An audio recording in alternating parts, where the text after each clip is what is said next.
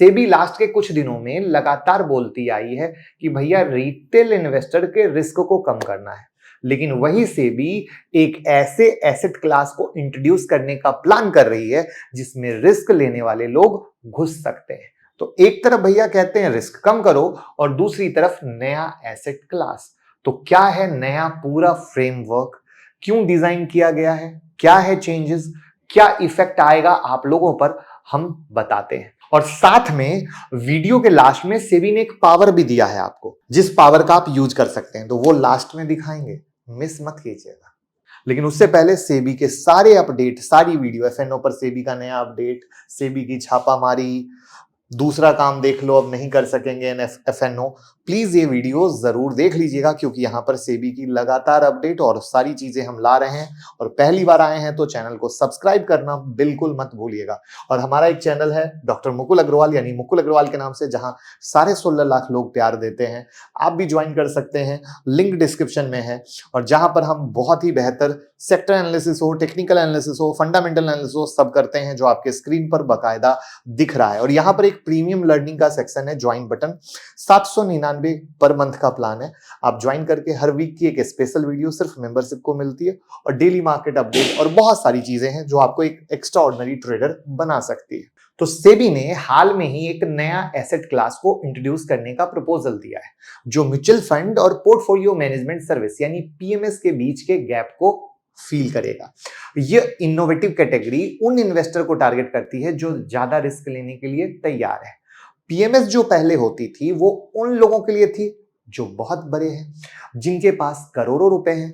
ऐसे लोग एक प्राइवेट पोर्टफोलियो मैनेजर हायर करते हैं और अपना पोर्टफोलियो मैनेज करने के लिए या अपना पैसा किसी और को दे देते हैं और उसके लिए अलग से फी देते हैं ताकि वो उनका पोर्टफोलियो स्पेशली मैनेज कर सके। लेकिन पीएमएस के लिए पैसे काफी ज्यादा चाहिए, राइट? तो यहीं पर सेबी को आइडिया आया। सेबी का आइडिया है कि एक नई राह खोजी जाए उन लोगों के लिए जो बड़ा अमाउंट अफोर्ड नहीं कर सकते हैं और ऐसे स्पेशलाइज्ड काम करना चाहते हैं। एक नई टाइप का इंस्ट्रूमेंट लाने की तैयारी हो रही है, एक इन्वेस्टमेंट व्हीकल जो पोर्टफोलियो मैनेजमेंट स्कीम को इंक्लूड करेगा या अल्टरनेटिव इन्वेस्टमेंट स्कीम को, मतलब ऐसी चीजों में पैसा इन्वेस्ट करना जो आपको डायरेक्ट रूट से अवेलेबल नहीं है। तो क्या है कहानी, चलिए शुरू करते हैं। लेकिन वीडियो को लाइक कौन करेगा, जल्दी से लाइक कर लीजिए। तो पीपीटी पे चलते हैं। पीएमएस में 50 लाख और अल्टरनेट इन्वेस्टमेंट फंड में 1 करोड़ तक की लिमिट है आज के डेट में। अब यहां पर सबसे पहले मैं आप लोगों को एक गाइड कर दूं जहां पे सबसे ज्यादा फर्जीवाड़ा होता है।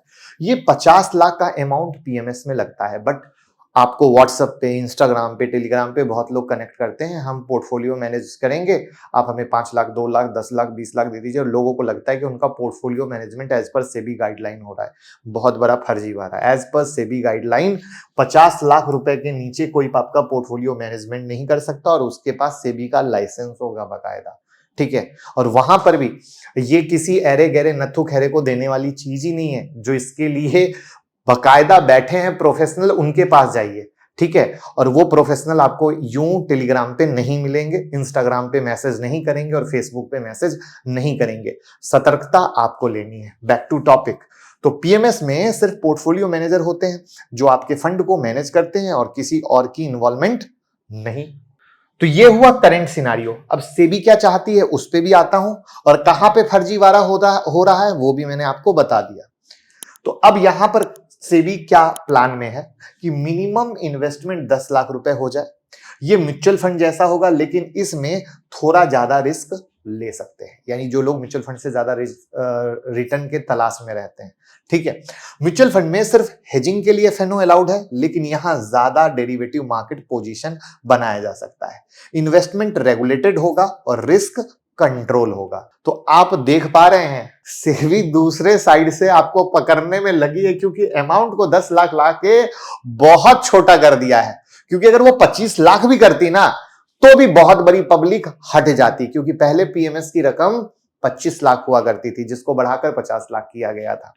तो भैया ये बहुत ही दिमागी काम है, आप ही को समझना है। एग्जिस्टिंग एएमसी और जो पीएमएस लाइसेंस है ना जो लेकर कर रहे हैं वो परमिशन लेकर इस स्कीम को चला सकते हैं। तो अगेन देखिए यहां पर ये चीज भी आपको समझ लेना है कि अगेन 10 लाख के लिए भी कोई आपको व्हाट्सएप और इंस्टाग्राम पे नहीं करने वाला है। वही जो एक्सपर्ट हैं वही इस चीज को चालू करेंगे। ये बहुत इंपॉर्टेंट मैटर है क्योंकि यहां पर फर्जीवाड़ा बहुत तेज वाला है और इसके लिए चीफ इन्वेस्टमेंट ऑफिसर अपॉइंट करना पड़ेगा जिसके पास मिनिमम 10 साल का फंड मैनेजमेंट एक्सपीरियंस हो और कम से कम 5,000 करोड़ का फंड मैनेज किया हो। तो ये है बहुत बड़ी लर्निंग भैया। इस वीडियो को शेयर कर देना क्योंकि 10 लाख की कहानी आने के बाद फर्जीवाड़ा बहुत तेज बढ़ने वाला है। तो ये आपके मन में है, शेयर करना हो तो कीजिएगा। तो इस पूरे सिनारियो से ये कह सकते हैं कि ये ना तो प्योर पीएमएस होगा ना ही पूरा म्यूचुअल फंड। इसमें दोनों के कुछ कुछ पार्ट होंगे जिससे रिस्क को कंट्रोल रखा जा सके। तो आपको क्या लगता है सेबी के इस रूल के बारे में, सही है या गलत है, कमेंट में बताइएगा। वैसे अभी इस पे कोई श्योर शॉट फ्रेमवर्क नहीं आया है क्योंकि सेबी ने रिटेलर की राय मांगी है। तो 6 अगस्त तक आप भी कमेंट करके राय दे सकते हैं, बट कहां, तो चलिए बताता हूं। तो हम सेबी के वेबसाइट पर आ गए sebi.gov.in, जहां रिपोर्ट एंड स्टैटिक्स पे गए। यहां पे हम रिपोर्ट्स पे गए और रिपोर्ट्स में रिपोर्ट्स फॉर पब्लिक कमेंट में गए। अब ये पेज खुल गया। अब यहां पे देखिए क्या है, consultation paper on introduction of new asset class और प्रोडक्ट कैटेगरी। तो आपको यहां पर क्लिक करना है। अब आप यहां क्लिक करते हो तो नया पेज खुलता है।